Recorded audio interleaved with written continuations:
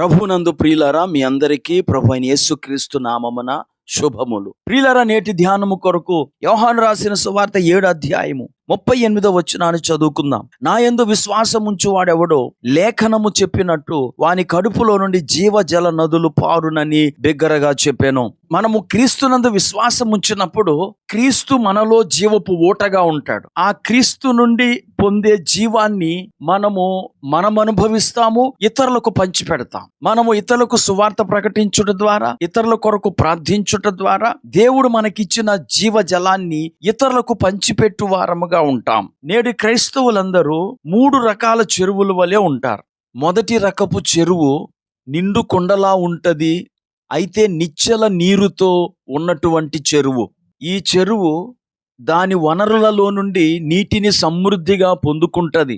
కానీ తనలోని నీరు ఎవరికి ఇవ్వకపోవటం వల్ల ఆ నీరు నిల్వైపోయి పరాన్న జీవులు దానిలో పుట్టి నాచు అనేక రకములైన పిచ్చి మొక్కలతో నిండి నీరు కూడా పనికిరానిదిగా జిగురుగా మారిపోతుంది.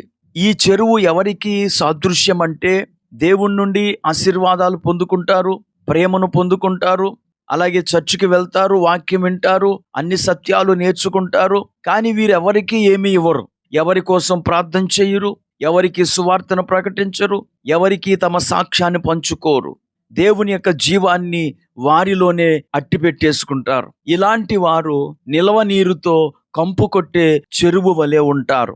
ఇక రెండవ చెరువు ఎండిపోవుటకు సిద్ధంగా ఉన్న చెరువు.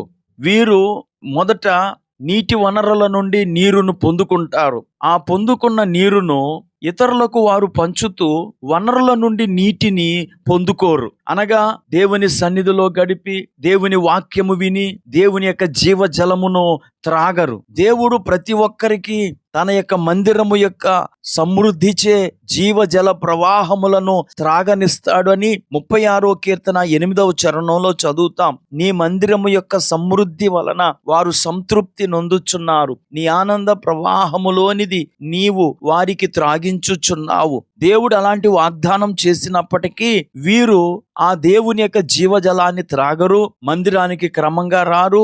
అయితే తెలిసిన సత్యాలను ఇతరులకు పంచిపెట్టేస్తారు, వారి జీవాన్ని ఇతరులకు ఇచ్చేస్తారు. ఇక వారు ఇతరులకు ఇచ్చి దేవుడి నుండి పొందుకోక ఎండిపోయిన చెరువులాగా అయిపోతారు. అనగా ఛార్జింగ్ అయిపోయిన సెలవలే వీరు మిగిలిపోతారన్నమాట.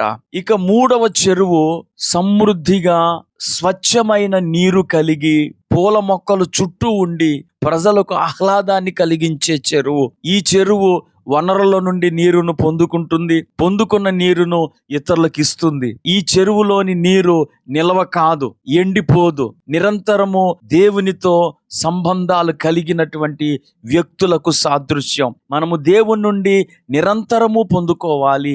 అలాగూ పొందుకున్న ఆశీర్వాదాలను ఇతరులకు ఇవ్వాలి.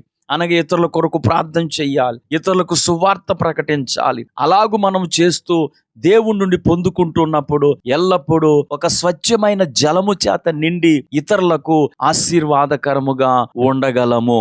ఈ మాటలు వింటున్న ప్రియ స్నేహితుడా, సోదరి, మీరు ఎలాంటి చెరువు వలె ఉన్నారు? ఇతరులకు ఏమీ ఇవ్వని కంపు కొట్టే చెరువులాగున్నారా?